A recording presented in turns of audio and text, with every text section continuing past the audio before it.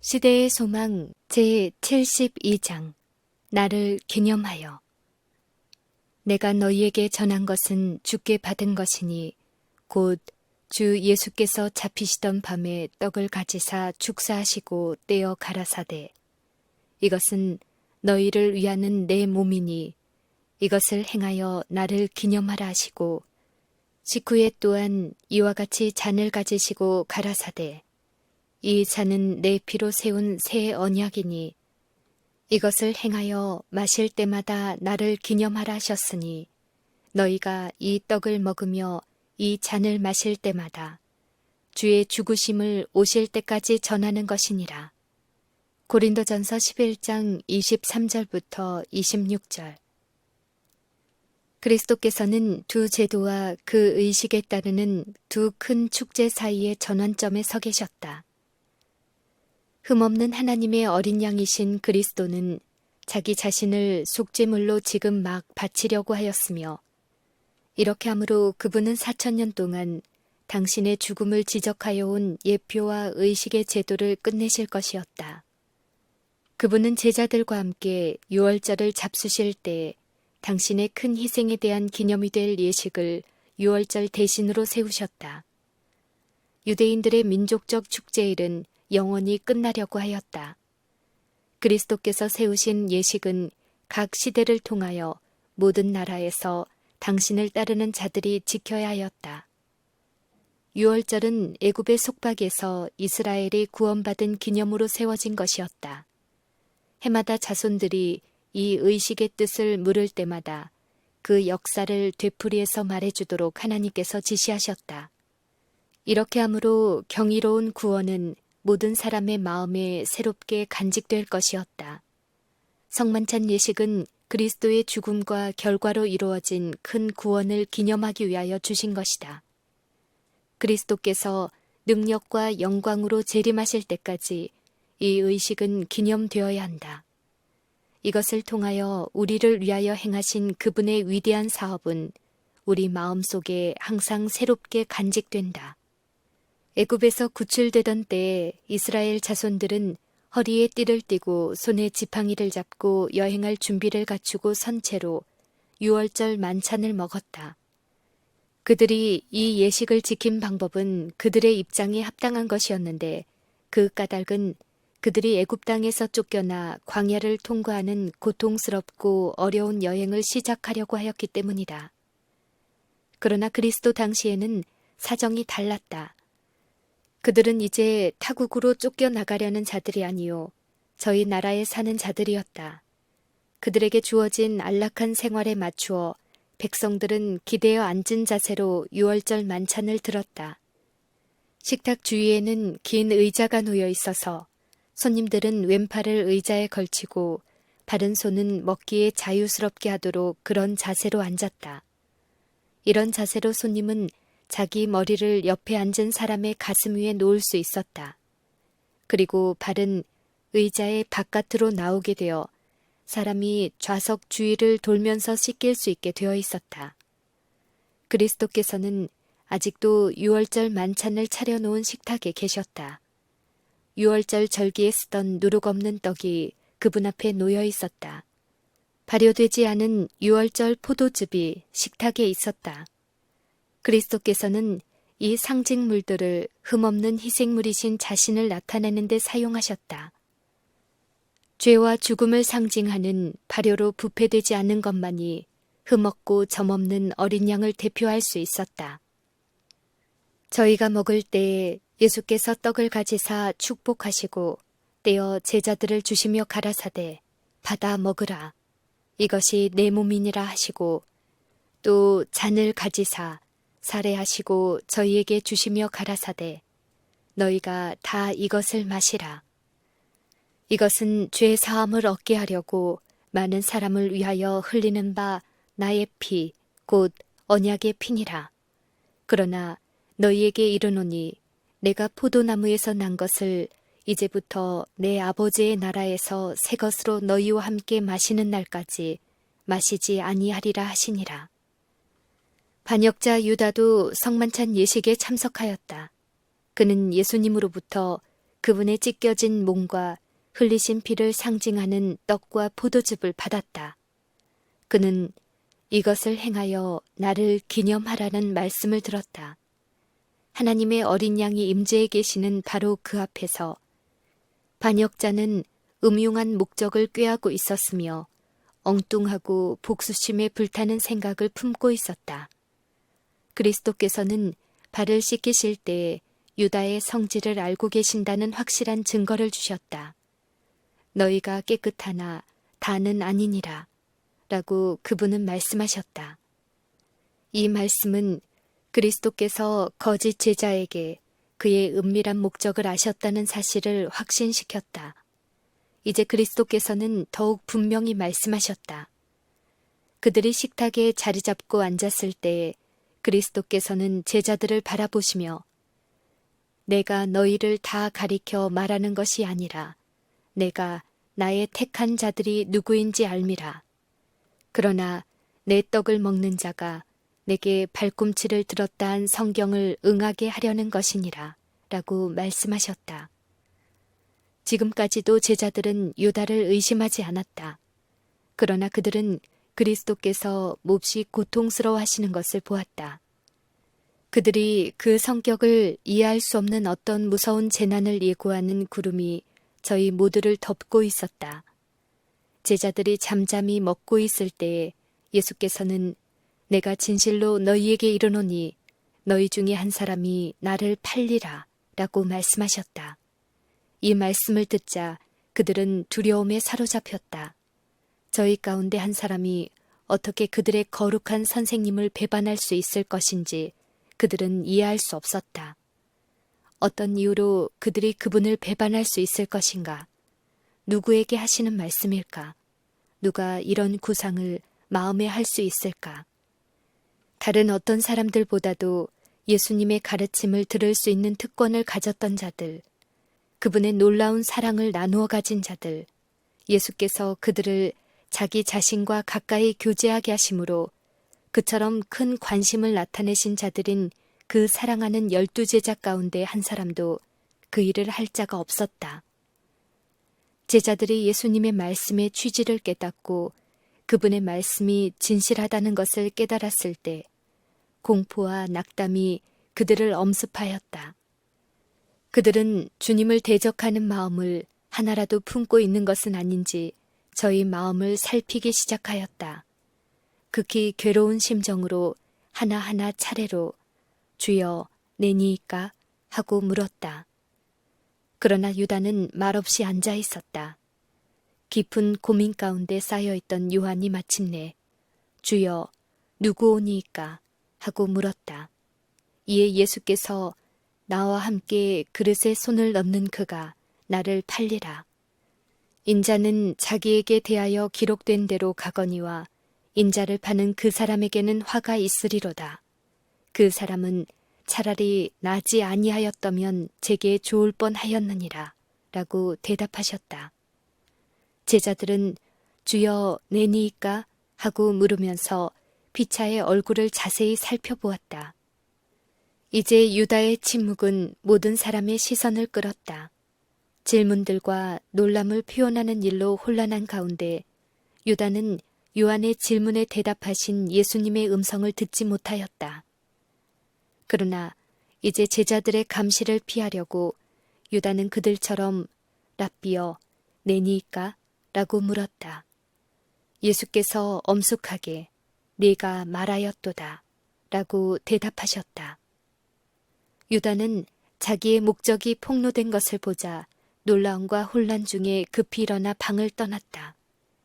이에 예수께서 유다에게 이르시되 네 하는 일을 속히 하라 하시니 유다가 그 조각을 받고 곧 나가니 밤이더라. 반역자가 그리스도를 떠나서 바깥 어둠 속으로 나간 것은 밤이었다.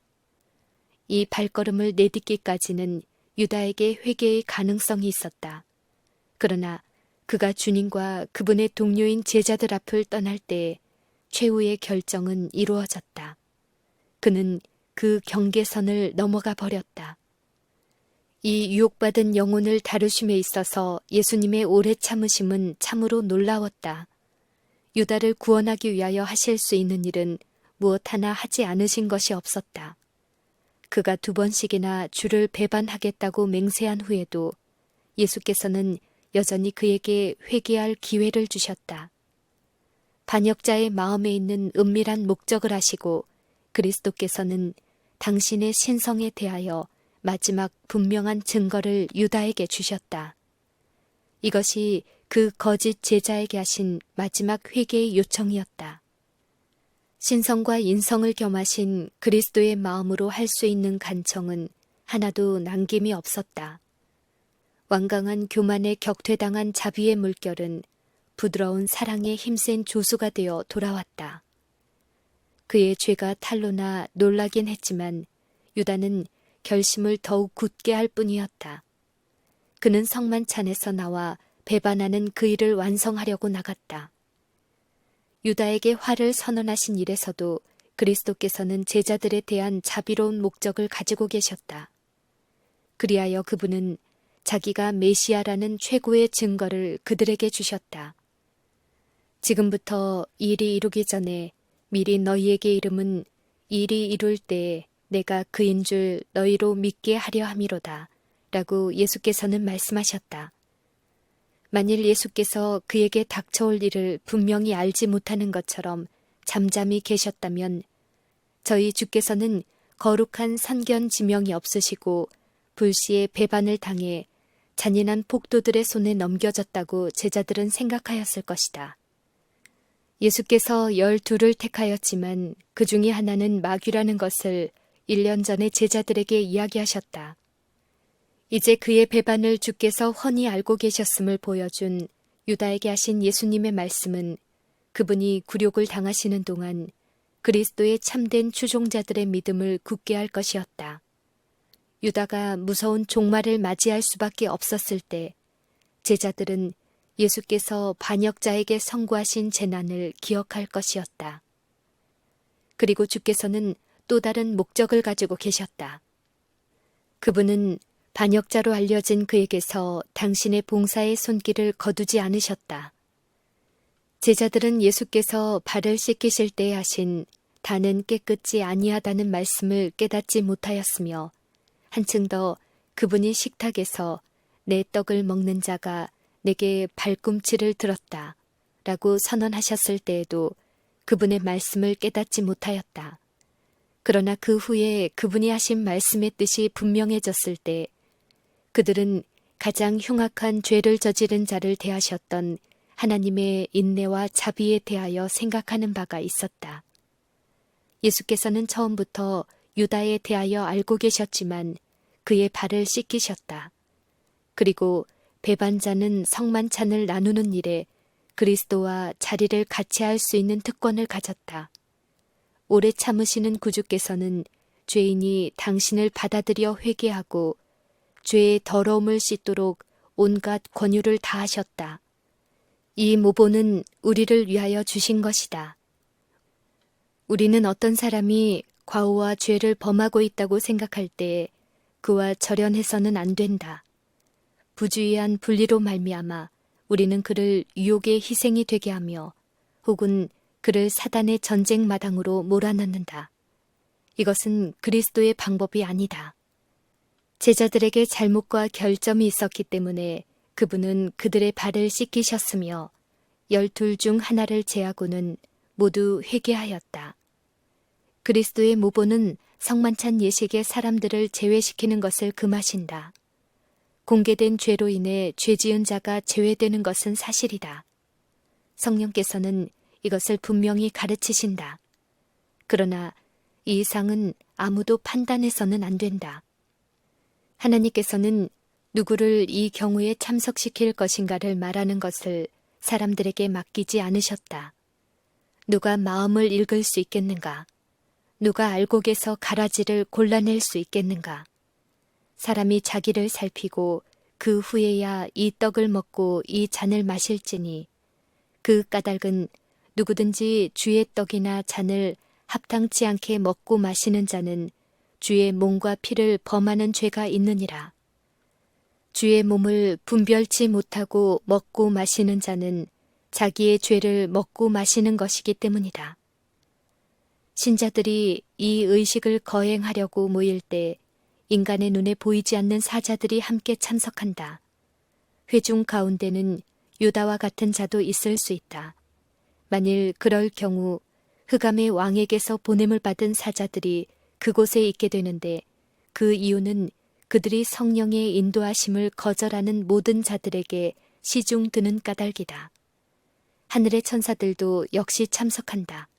눈에 보이지 않는 이 방문객들은 이런 때에는 언제든지 참석한다. 마음으로는 진리와 거룩함의 종들이 아니지만 예식에 참석하기를 원하는 자들이 회중 가운데 올지 모른다. 그들을 금하지 말 것이다. 예수께서 제자들과 유다의 발을 씻기실 때에 참석하였던 증인들이 그곳에도 참석한다. 인간 이상의 존재들이 그 장면을 보았다. 그리스도께서는 성령을 통하여 당신이 친히 세우신 의식을 시인하려고 그곳에 계신다. 그분은 죄를 깨닫게 하고 마음을 부드럽게 하려고 그곳에 계신다. 죄를 뉘우치는 단 한 번의 표정이나 생각일지라도 예수께서 주목하지 않으시는 일이 없다. 회개하며 슬픔에 잠긴 이들을 위하여 그분은 기다리신다. 그 영혼을 받아들이기 위하여 모든 것이 준비되어 있다. 유다의 발을 씻기신 분께서는 각 사람의 마음에서 죄악의 오점을 씻기를 열망하신다. 합당치 못한 어떤 사람이 참석하였다는 이유로 아무라도 참석을 거부하지 말 것이다. 모든 제자들은 공개적으로 참석하여 그리스도를 개인의 구주로 받아들인다는 사실을 증거하도록 요청을 받는다. 그리스도께서 당신의 백성과 만나고 당신의 임재로 그들에게 활력을 주시는 것은 그분께서 친히 지정하신 바로 이 의식들에서이다. 비록 부적당한 마음과 손이 의식을 집행할지라도 그리스도께서는 당신의 자녀들을 섬기려고 그곳에 계신다. 그리스도에 대한 확고한 신앙을 가지고 오는 모든 사람은 큰 축복을 받을 것이다.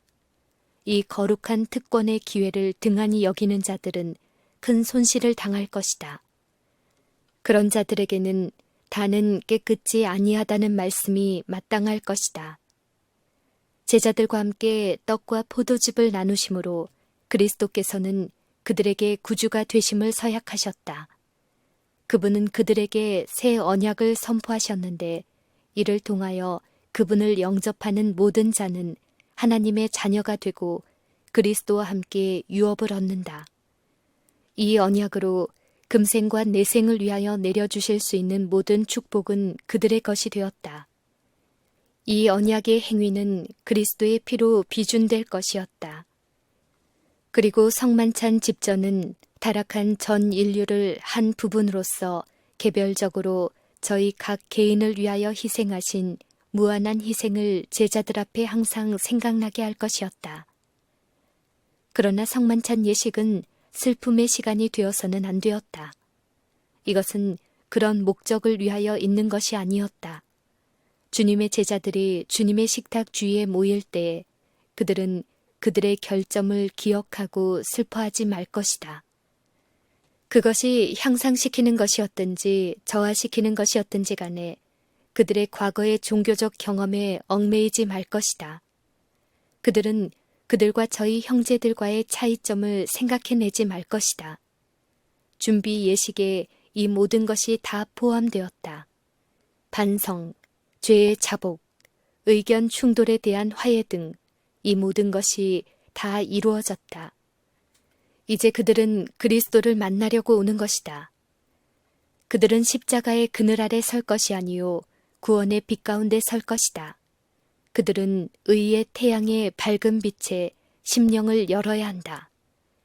그리스도의 가장 귀중한 보혈로 깨끗함을 받은 마음으로 비록 보이지 않을지라도 그분의 임재하심을 충분히 인식하는 가운데 그들은 평안을 너희에게 끼치노니 곧 나의 평안을 너희에게 주노라. 내가 너희에게 주는 것은 세상이 주는 것 같지 아니하리라. 라는 그분의 말씀을 들어야 한다. 우리 주님은 죄를 뉘우치는 마음으로 당신께서 그들을 위하여 죽으신 것을 기억하라고 하신다. 나와 그리고 복음을 위하여 억압과 핍박과 고통을 당할 때에 그대를 위하여 생명을 준 그토록 큰 나의 사랑을 기억하라. 그대의 의무가 어렵고 가혹하게 보이며 그대의 짐이 지기에 너무도 무겁게 보일 때에 그대를 위하여 내가 멸시와 수치를 개의치 않고 십자가를 참은 것을 기억하라. 엄격한 시련으로 그대의 마음이 위축될 때에 그대의 구주가 살아계셔서 그대를 위하여 간구하시는 사실을 기억하라. 성만찬 예식은 그리스도의 재림을 가리킨다. 이것은 제자들의 마음 가운데 이 소망을 생생하게 간직하도록 하기 위하여 계획된 것이다. 그들이 그리스도의 죽으심을 기념하기 위하여 다 같이 모였을 때는 언제나 어떻게 예수께서 잔을 가지사 살해하시고 저에게 주시며 가라사대 너희가 다 이것을 마시라. 이것은 죄의 사함을 얻게 하려고 많은 사람을 위하여 흘리는 바 나의 피 곧 언약의 피니라. 그러나 너에게 이르노니 내가 포도나무에서 난 것을 이제부터 내 아버지의 나라에서 새 것으로 너희와 함께 마시는 날까지 마시지 아니하리라 하신 것을 자세히 말하곤 하였다. 환난 가운데서도 그들은 주께서 다시 오시리라는 희망으로 위안을 받았다. 너희가 이 떡을 먹으며 이 잔을 마실 때마다 주의 죽으심을 오실 때까지 전하는 것이니라. 라는 생각은 그들에게 말할 수 없이 귀중하였다. 이것들은 우리가 결코 잊어서는 안 되는 것들이다. 강권하는 힘이 있는 예수님의 사랑을 우리의 기억에 새롭게 간직해야 한다. 그리스도께서는 우리를 위하여 표현된 하나님의 사랑을 깨닫도록 하고자 이 예식을 제정하셨다. 그리스도를 통하지 않고는 하나님과 우리의 영혼의 연합이 있을 수 없다. 형제와 형제 사이의 연합과 사랑은 그리스도의 사랑으로 말미암아 굳고 영원해야 한다. 그리스도의 죽으심만큼 그분의 사랑을 우리에게 효험있게 만든 것은 없다. 우리가 즐거움으로 그분의 재림을 바라볼 수 있는 것은 오로지 그분의 죽으심 때문이다. 예수님의 희생은 우리의 소망의 중심이다. 그 위에 우리는 우리의 믿음을 고착시켜야 한다. 우리 주님의 굴욕과 고통을 가리키는 이 예식들이 형식처럼 여겨지는 일이 너무도 많다. 이것들은 한 목적을 위하여 제정되었다. 우리들의 지각이 경건의 오묘를 깨달을 수 있도록 일깨워져야 할 필요가 있다. 그리스도의 속죄의 고통에 대하여 우리가 알고 있는 것보다 더 많이 이해하는 것이 모든 사람들의 특권이다. 모세가 광야에서 뱀을 든 것 같이 인자도 들리신 바 되셨으며 이는 저를 믿는 자마다 영생을 얻게 하려 하심이니라. 우리는 죽어가는 구주께서 달리신 갈바리의 십자가를 쳐다보아야 한다. 우리의 영원한 관심사들은 그리스도를 믿는 믿음을 나타내기를 우리에게 요구한다. 우리 주께서는 인자의 살을 먹지 아니하고 인자의 피를 마시지 아니하면 너희 속에 생명이 없느니라. 내 살은 참된 양식이요 내 피는 참된 음료로다 라고 말씀하셨다. 이것은 우리의 육체적 생활에 대해서도 마찬가지다. 우리는 이 생의 삶에서까지 그리스도의 죽으심의 은혜를 입고 있다. 우리가 먹는 떡도 그분의 찢어진 육체로 산 것이다. 우리가 마시는 물도 그분이 흘리신 보혈로 산 것이다. 날마다 자기의 음식을 먹는 자는 그가 성자이건 죄인이건 간에 그리스도의 몸과 피로 양육을 받지 않는 자는 하나도 없다. 모든 떡덩이마다 갈바리의 십자가 인이 찍혀 있다. 모든 샘물에도 십자가가 반사되어 있다. 그리스도께서는 이 모든 것이 당신의 큰 희생을 상징하는 것이라고 가르치셨다. 다락방에서 거행된 성만찬에서 비치는 빛이 매일의 생활 양식을 거룩하게 한다. 가족 식탁은 주님의 식탁처럼 되며 끼니마다 식사는 성만찬과 같이 된다. 그리스도의 말씀은 우리의 영적 생활에서도 얼마나 더욱 그러할까. 예수께서는 내 살을 먹고 내 피를 마시는 자는 영생을 가졌다고 선언하셨다. 우리를 위하여 갈바리의 십자가 위에서 버리신 생명을 받아들임으로 우리는 거룩한 생애를 살 수 있다. 그리고 그분의 말씀을 받아들이고 그분이 명하신 일을 행함으로 우리는 이 생명을 받아들인다. 이렇게 하여 우리는 그리스도와 하나가 된다. 예수께서는 내 살을 먹고 내 피를 마시는 자는 내 안에 거하고 나도 그 안에 거하나니 살아계신 아버지께서 나를 보내심에 내가 아버지로 인하여 사는 것 같이 나를 먹는 그 사람도 나로 인하여 살리라 라고 말씀하셨다. 이 성경 말씀은 특별한 의미에서 성만찬에 적용된다. 믿음으로 우리 주님의 큰 희생을 깊이 생각할 때 그 영혼은 그리스도의 영적 생애에 동화된다.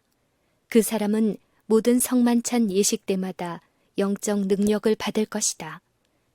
이 예식은 신자가 그리스도와 밀접한 관계를 맺고 그리하여 하나님과도 밀접한 관계를 맺는 산 연결을 이룬다.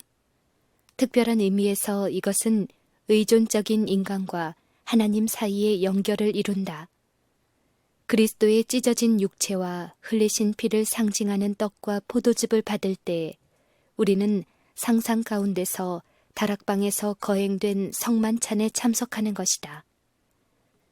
우리는 세상 죄를 지신 분의 고뇌로 성별된 동산을 지나가는 것과 같다. 우리는 하나님과 우리를 화목하게 한 그 투쟁을 목격한다. 그리스도는 우리들 가운데서 십자가에 못 박히신다. 십자가에 달리신 구주를 바라볼 때 우리는 하늘의 주제께서 이루신 희생이 얼마나 크고 의미심장한지를 더욱 충분히 깨닫게 된다. 구속의 경륜은 우리 앞에서 영광스럽게 빛나고 갈바리의 사상은 우리 마음속에 살아있는 신성한 감격을 일깨운다. 하나님과 어린 양에게 돌리는 찬양이 우리의 마음과 입술에 있을 것이니 이는 갈바리의 장면들을 기억 속에 생생하게 간직하는 영혼들에게는 교만과 자아 숭배가 번성할 수 없는 까닭이다. 구주의 다함이 없는 사랑을 바라보는 자는 사상이 향상되고 마음이 순결하게 되고 품성이 변화될 것이다. 그는 나아가 세상의 빛이 될 것이며 이 오묘한 사랑을 어느 정도 반사할 것이다. 그리스도를 생각하면 할수록 더욱더 우리는 내게는 우리 주 예수 그리스도의 십자가 외에 결코 자랑할 것이 없으니 그리스도로 말미암아 세상이 나를 대하여 십자가에 못 박히고 내가 또한 세상을 대하여 그러하니라 라고 말한 사도의 말을 더욱 완전히 받아들일 것이다.